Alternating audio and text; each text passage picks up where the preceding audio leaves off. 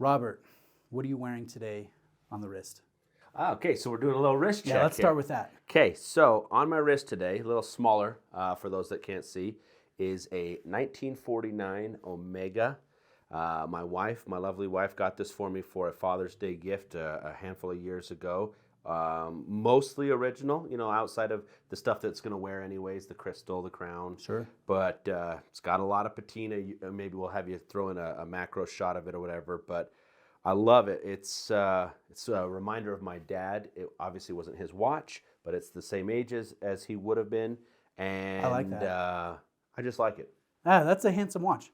I'm wearing, in contrast to your beautiful watch, I have an ugly Monster Thailand limited edition today.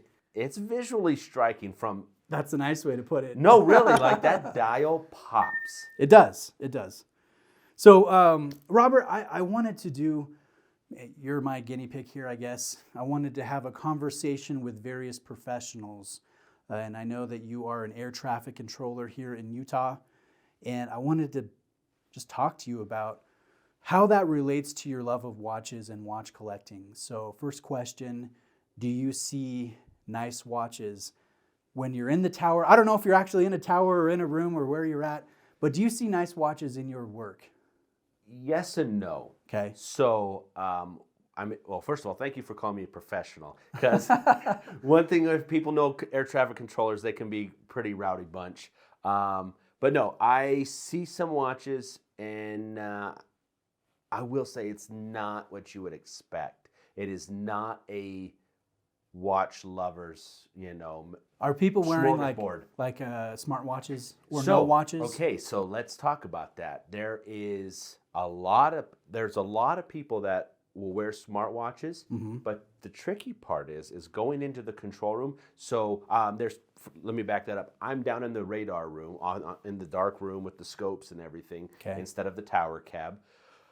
And in there, in the control room, you can't have electronic devices, i.e. phones, smartwatches. For security reasons then? Well, a mixture of things. Okay. It could be security, but it's also distractions, right? So you have to be lasered into that. Correct. screen. If you have a moment where you are separating two 747s from each other, and you've got 600 lives up there, you do not want, hold on a second, guys. Let me get my message here from my wife to go pick up some milk or something. I totally get that. That makes sense. So, for that reason, all of the smartwatch wearers have to turn it off, or they'll leave it in their locker or something like that. So you do see a lot of those. So you're completely disconnected from, say, your personal life or whatnot while you're juggling planes, so to speak. Yeah, You have to have 100% concentration at the task at hand. Correct. Yeah, like if my wife needs to get a hold of me, if Bruce needs to get a hold of me, you would have to call the soups desk and say, hey, and if I'm on the sector or whatever, then it becomes a kind of a logistical, bunch of hoops to jump through to get somebody to come get me out of the position and then, figure out what you need to get a hold of me. Let me ask you then, have you ever had a situation where they've had to come get you, be like, hey, your wife is going into labor, or, I don't know, I'm just making something up. Sure. Have you had those types of situations? I haven't had that level, but I have had sick kids and things like that come up, and then it becomes like I gotta go, and it's like, how am I gonna make this work? And then it really does, that distraction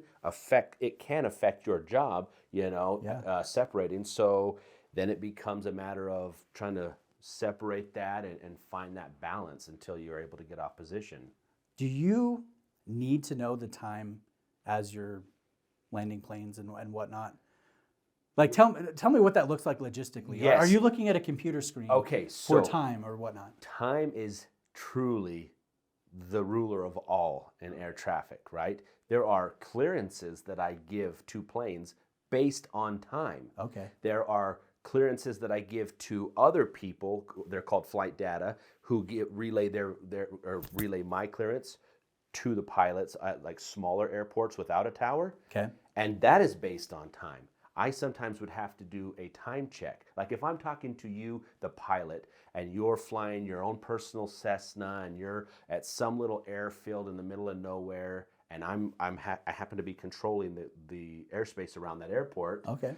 and I give you your clearance, I'm supposed to give you a time check based upon my clock so that you and I are now working off the same time. It's because what if your watch runs 5 minutes fast and I'm looking at the scope and I give you a clearance and I say, hey, you have to depart by this time, no later than this time, because I've got somebody, that is going to be coming in or something, right? So we have to issue time checks down to the quarter second. Wow. Or sorry, quarter minute, I should say. Yes. I was like, yeah, no, sorry, quarter minute. But we issue those time checks, and then that way the pilot now knows. Well, wait a second.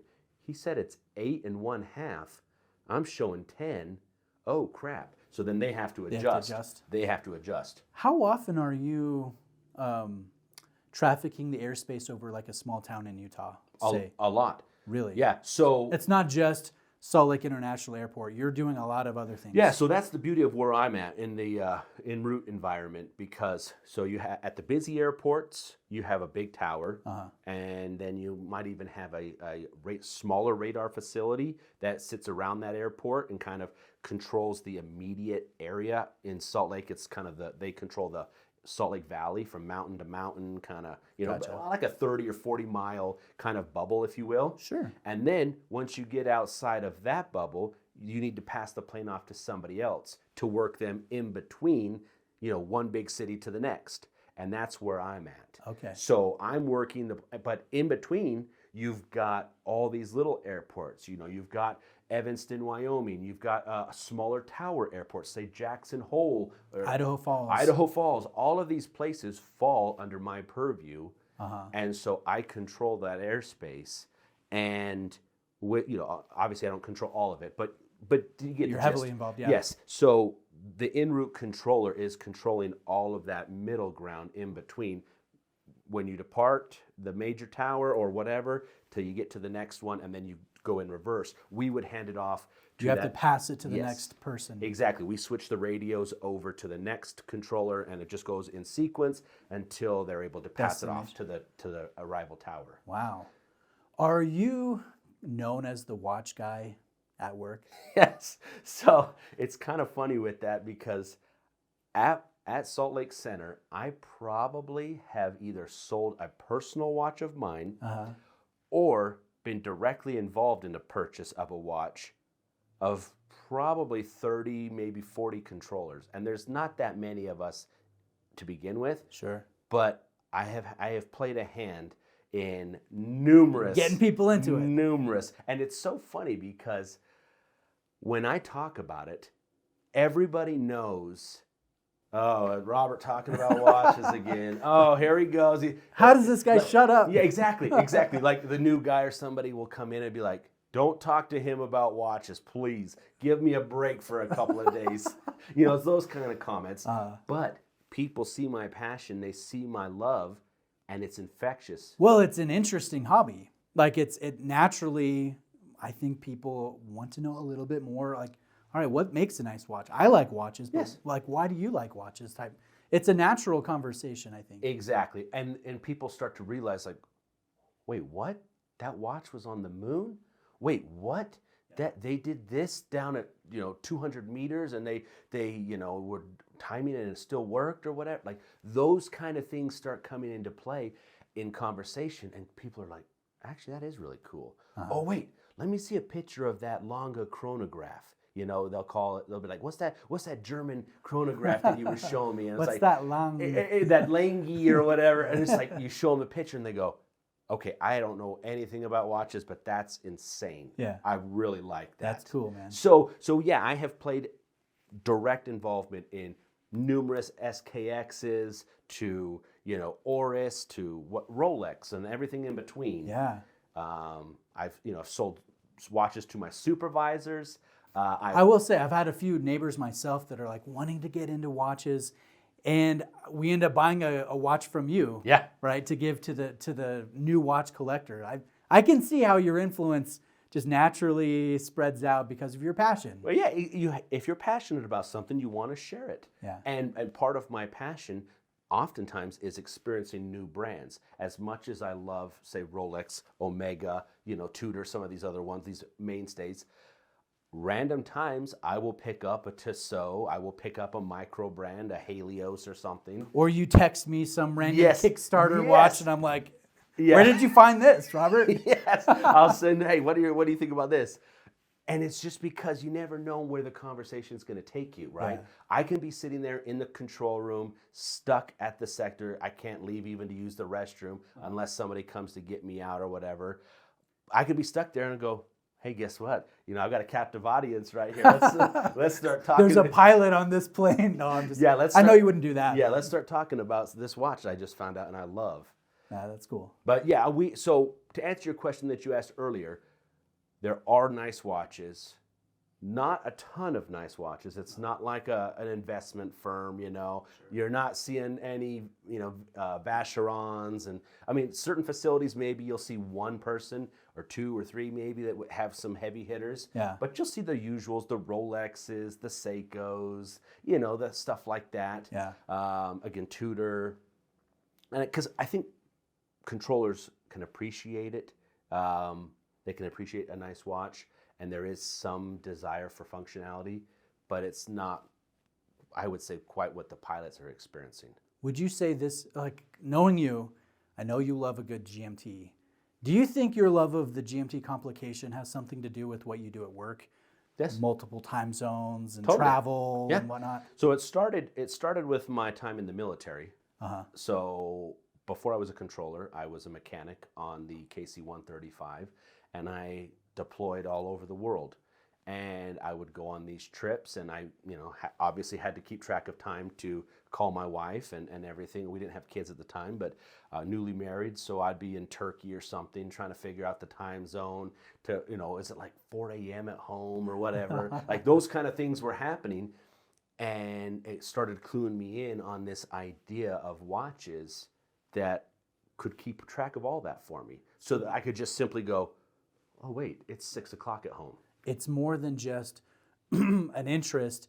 It's legitimately a tool that you would use on a daily basis. Right? Yes. So my GMT Master 2 is a tool watch. Yeah. I could daily that. I don't, but I kind of do.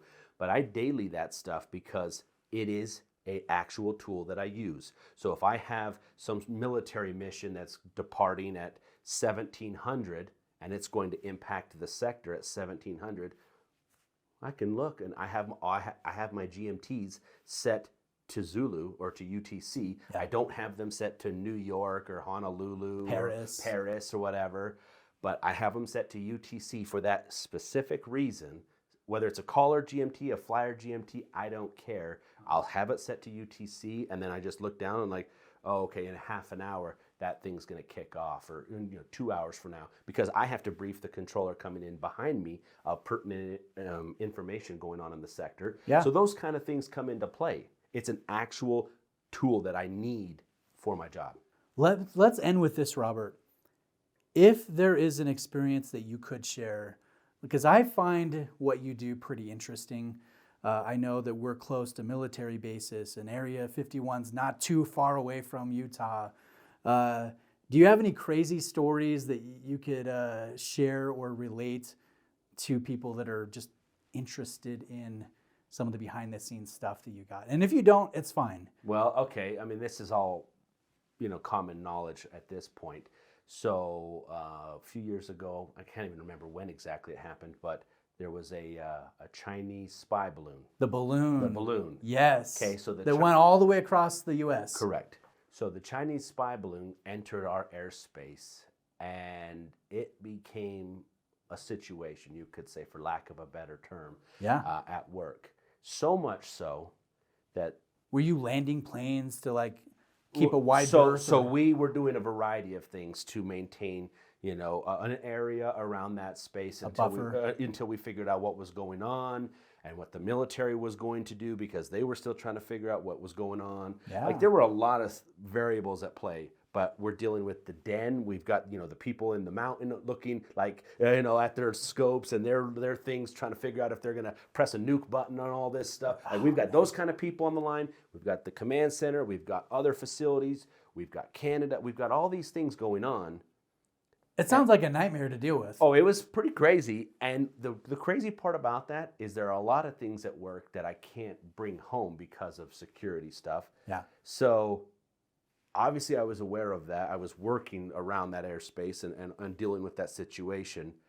But I couldn't come home and tell anybody about that because it wasn't common knowledge for at least a couple days before it started to like really come out. Wow. And so when that was happening, it was kind of insane. And I went home and I was like completely just wasted mentally. Mentally Yes. exhausted from dealing with everything. And you can't just be like, hey, to your wife, Yeah. guess what? Well, You know? yeah, exactly. I mean, maybe, you know, in the future things change, but I don't want to risk any kind of, you know, I take my security clearance serious.